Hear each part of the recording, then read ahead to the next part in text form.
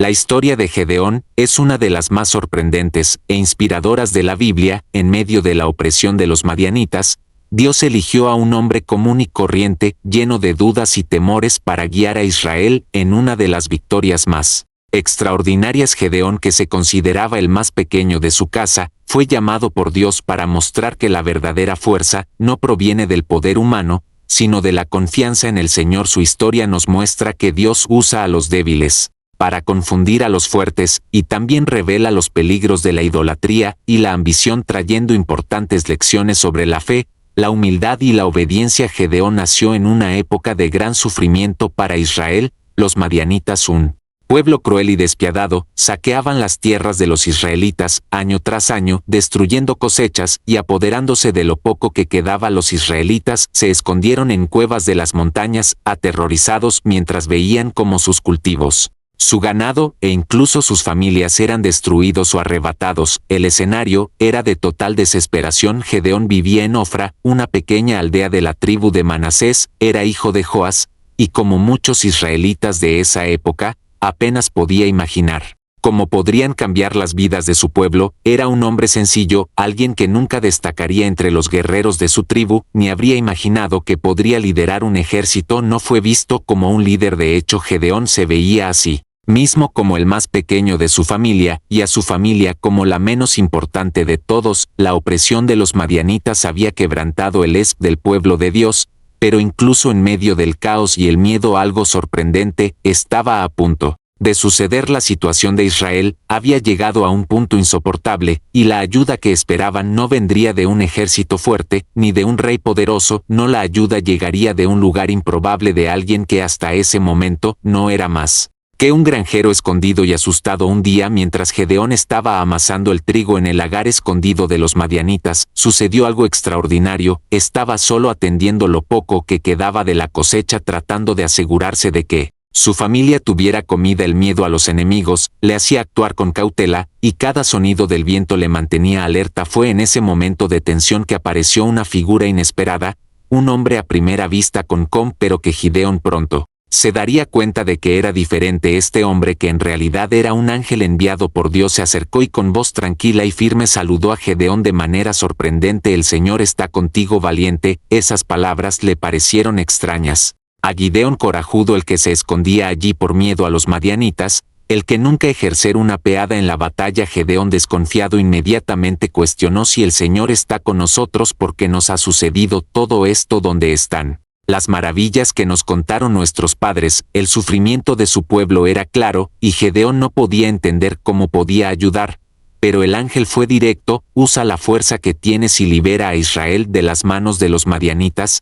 Pero Gedeón, a pesar de las palabras del ángel, Gedeón todavía estaba lleno de dudas. Sabía que provenía de la familia más pequeña de su tribu, y no tenía la confianza para liderar a nadie, y que el llamado era demasiado grande para un hombre tan sencillo. Antes de dar cualquier paso, necesitaba certeza. Entonces, en una mezcla de precaución y miedo, pidió una señal al Señor. Gedeón preparó un cabrito y pan sin levadura, los puso sobre una roca, y esperó. El ángel extendió su bastón, y en un abrir y cerrar de ojos de la roca surgió fuego que consumió la ofrenda. Gedeón quedó atónito, le temblaban las piernas y supo que realmente había visto al mensajero de Dios. Pero la tarea no sería fácil. Esa misma noche, Dios le dio a Gedeón una orden directa: destruir el altar de Baal que su propio padre había erigido y derribar el ídolo de acera. La idolatría se había extendido entre el pueblo, y este fue el primer paso hacia la liberación de Israel. Gedeón, todavía temeroso, hizo lo que el Señor le ordenó, pero al amparo de la oscuridad. Sabía que al amanecer el pueblo no estaría contento. A la mañana siguiente, la ciudad estaba alborotada. Los hombres pronto descubrieron que Gedeón había destruido el altar, y exigieron su muerte. Sin embargo, Joás, el padre de Gedeón, dio un paso inesperado: si Baal es Dios, que luche por sí mismo. Estas palabras, protegido Gedeón, pero ahora todos lo conocían. Su nombre estaba en todas las bocas, y los ojos estaban puestos en él. Aún así, Gedeón no estaba preparado, necesitaba otra señal para fortalecer su fe. Habiendo decidido, colocó un vellón de lana en el suelo, y pidió que al amanecer hubiera rocío, solo sobre la lana, y no sobre la tierra que la rodeaba esa noche. Gedeón colocó el vellón en el suelo y se fue a dormir esperando la señal que demostraría una vez más que Dios estaba con él. Al amanecer su corazón latía con fuerza, mientras se acercaba cuando tocó el velo, sintió su lana completamente empapada de rocío, pero el suelo a su alrededor estaba seco. Sin duda fue una señal divina. Aún así Gideón vaciló, y si fuera una coincidencia quizás sería mejor probarlo una vez más solo para estar seguro. Luego pidió otra señal, esta vez que el vellón permaneciera seco, mientras que el suelo a su alrededor permaneciera mojado por el rocío. La mañana siguiente, cuando se acercó al vellón, el suelo estaba cubierto de gotas de rocío, pero la lana permaneció seca. Era la confirmación que necesitaba. Dios realmente lo había elegido para una misión imposible: liberar a Israel de las manos de los madianitas. Con fe renovada, Gedeón reunió un gran ejército, hombres de diferentes tribus, listos para luchar contra los enemigos que los oprimieron. El campamento de soldados creció y el impresionante número de guerreros trajo una sensación de seguridad, incluso frente al inmenso ejército madianita que esperaba en el valle. Parecía que las cosas empezaban a encajar. Gedeón estaba empezando a sentir que tal vez realmente pudiera llevar a su pueblo a la victoria. Gedeón estaba a punto de enfrentarse a un ejército gigantesco, y el alivio de ver a tantos hombres listos para luchar a su lado le brindó un raro momento de confianza. Después de todo, con 32,000 soldados, las posibilidades de victoria parecían mucho más reales, pero ese sentimiento duró poco. Dios tenía otros planes, y lo sorprendió con una orden difícil de entender. Hay demasiada gente, dijo el Señor. No quería que Israel alarde de una victoria por la fuerza de su número, pero que reconocieron que la salvación vendría vivamente de su mano. Gedeón, sorprendido, obedeció. Dios le ordenó que les dijera a los hombres que quien tuviera miedo podía irse. Apenas podía creerlo cuando vio dispersarse al primer grupo de hombres. Poco a poco miles empezaron a abandonar el campo. Al final salieron 22,000 hombres, y a Gedeón le quedaron solo 10,000. A estas alturas ya podía sentir que el peso de la misión aumentaba, pero por muy difícil que fuera, sabía que no podía volver atrás. Y como si esto no fuera suficiente miedo, Dios volvió a hablar. Aún quedan muchos. Gideón apenas podía creer lo que estaba escuchando. El Señor le pidió que llevara a los hombres al arroyo y observara mientras bebían agua. Serían elegidos los que bebieran como perros, lamiendo el agua con la lengua, y cuando Gede terminó de mirar solo quedaban 300 hombres. Era un número demasiado pequeño, no imaginable. Sin embargo, era exactamente lo que Dios quería. Con solo 300 hombres a su lado, Gedeón sabía que ganar la batalla contra los madianitas parecía imposible a los ojos humanos, pero Dios había prometido que entregaría al enemigo en manos de Israel. Ahora todo dependía de seguir al pie de la letra las instrucciones divinas, y la estrategia que el Señor reveló a Gedeón no involucró espadas, lanzas ni arcos. Fue algo completamente inesperado. Dios le dio a Gedeón una orden clara: cada hombre debía llevar una trompeta, una antorcha escondida dentro de una vasija de barro, y en el momento oportuno todos debían romper las vasijas, encender las antorchas y tocar las trompetas. Esta táctica inusual no tenía sentido militar, pero Gedeón confió en lo que Dios había dicho. Aunque sus hombres no entendieron completamente el plan, todos estaban dispuestos a cumplirlo. En plena noche, los 300 hombres se posicionaron alrededor del campamento madianita. El silencio en el aire era pesado, lleno de tensión. Los enemigos, sin darse cuenta de que estaban rodeados, durmieron en sus tiendas completamente desprevenidos para lo que estaba por venir. En el momento adecuado, Gideón dio la señal. En un instante, el sonido de las trompetas resonó en las montañas, las antorchas brillaron en la oscuridad y las vasijas de barro se rompieron creando un ruido ensordecedor. La confusión se apoderó del campamento enemigo. Al despertar en medio del caos, los madianitas no podían distinguir quién era amigo y quién enemigo. Desesperados comenzaron a luchar entre sí. Lo que parecía una fuerza invencible comenzó a desintegrarse. El caos que se apoderó del campamento madianita fue devastador. Gedeón y sus 300 hombres apenas tuvieron que luchar en medio de la oscuridad. Los madianitas, presas del pánico, comenzaron a atacarse unos a otros. La confusión fue tan grande que cada hombre parecía un enemigo, y el vasto ejército se desmoronó. Los hombres cayeron unos sobre otros, huyendo desesperados. En la noche, estaba claro que Dios había cumplido su promesa de entregar a los enemigos en manos de Gedeón, pero la victoria aún no era completa. Muchos de los madianitas lograron huir, incluidos sus líderes. Seba y Salmón, y Gedeón sabía que mientras estos líderes siguieran vivos la amenaza a Israel continuaría. Entonces, sin dudarlo, él y sus hombres partieron en su persecución, a pesar de que estaban exhaustos. Después de la batalla, Gedeón no descansaría hasta que la misión estuvo completa. Durante la persecución, Gedeón pidió ayuda a los hombres de Sucot y Penuel, pero ellos, incrédulos de que Gedeón pudiera derrotar a Seba y Salmón, se negaron a apoyar a los israelitas.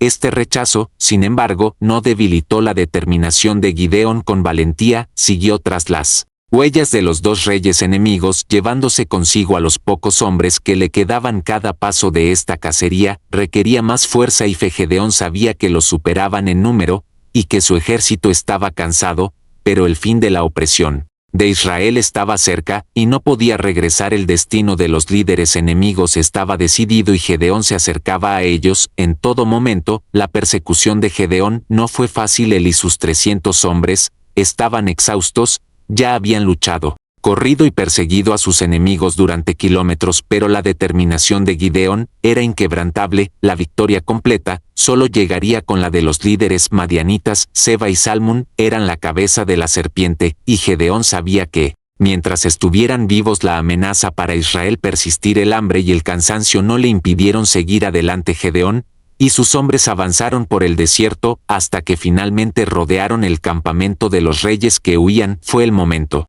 decisivo. Con una estrategia rápida y precisa, los pocos hombres de Gideón sorprendieron a los soldados que protegían a Seba y Salmón. En medio del ataque, el ejército de los reyes se desmoronó una vez más, y finalmente fueron capturados. Con Seba y Salmón bajo su control, Gideón emprendió el regreso. Su mente, sin embargo, no estaba solo en los reyes que ahora estaban ante él. No había olvidado el desprecio que sufrió en Suc y Penuel, donde los líderes locales se negaron a ayudarlo. En su misión ahora con los reyes enemigos prisioneros, regresaría a esas ciudades para ajustar cuentas. Cuando llegó a Sucot, Gedeón mostró a los reyes capturados a los líderes incrédulos. Su victoria fue una prueba de que Dios estuvo de su lado todo el tiempo, y aquellos que lo despreciaban ahora pagarían el precio de su desconfianza. La victoria de Gedeón sobre los madianitas trajo la paz a Israel por primera vez en muchos años. El pueblo, aliviado por el final de la opresión, no podía creer que este hombre hasta entonces desconocido se hubiera convertido en el libertador de su nación. Los israelitas estaban eufóricos, agradecidos de estar finalmente libres del enemigo. Fue un momento de celebración, pero también de decisiones importantes para el futuro. Cuando Gedeón regresó con los reyes lados y su pequeña tropa, una multitud comenzó a reunirse a su alrededor. Lo que inicialmente fueron murmullos de agradecimiento, pronto se convirtieron en algo más grande. La gente empezó a aclamar a Gedeón como el gran héroe de Israel, y en medio de la emoción, surgió una propuesta inesperada. Gedeón, sé nuestro rey, dijeron, gobierna sobre nosotros tú, tus hijos, y los hijos de tus hijos. La oferta era tentadora. Después de todo, Gedeón había restaurado la paz. En una época de caos y desesperación, el pueblo vio en él el liderazgo que tanto ansiaba. Sin embargo, para sorpresa de muchos, Gedeón se negó, se mantuvo firme, recordando al pueblo que la verdadera victoria venía de Dios, y que solo el Señor debería gobernar sobre Israel. No reinaré sobre vosotros, ni mi hijo reinará, dijo el Señor, es quien reinará sobre vosotros. A pesar de rechazar el trono, Gedeón hizo una petición. Pidió a cada hombre que le regalara un pendiente de oro de los restos de la guerra. La petición de Gideón parecía inofensiva, solo quería algo del oro que les habían quitado a los madianitas con los aretes que cada hombre le regaló. Gedeón hizo confeccionar un efod, objeto de valor simbólico a representar la presencia de Dios en Israel.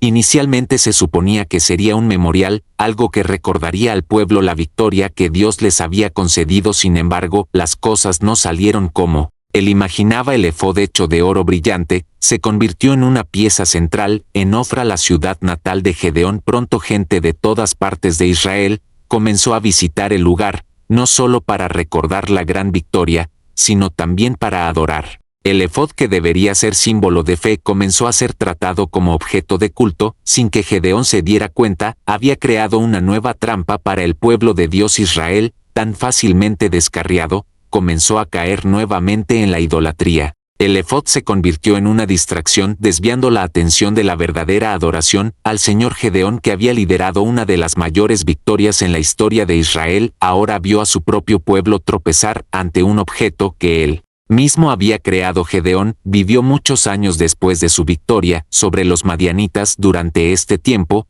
Israel disfrutó de una paz que no había experimentado en mucho tiempo. El pueblo respetaba a Gedeón y recordaba cómo Dios lo había usado para liberarlos. Tuvo muchos hijos, y su vida parecía tranquila en Ofra. Gedeón fue sin duda uno de los mejores jueces de Israel, pero su tiempo en la tierra estaba llegando a su fin con su muerte. Algo empezó a cambiar rápidamente. La ausencia de su liderazgo abrió espacio para el viejo problema que siempre rodeó a Israel, la idolatría. El efod de oro que él había mandado hacer siguió siendo una piedra de tropiezo para el pueblo. Sin Gedeón para guiarlos, los corazones de los israelitas se volvieron una vez más hacia dioses falsos. El ciclo de desobediencia que parecía interrumpido pronto volvió con fuerza. Sin embargo, la idolatría no fue el único problema que surgió. Uno de los hijos de Gedeón, Abimelec, vio la oportunidad de tomar el poder. A diferencia de su padre, que se negó a ser rey, Abimelec no compartió la misma humildad. Ambicioso y sin escrúpulos, comenzó a idear un plan para convertirse en gobernante de Israel.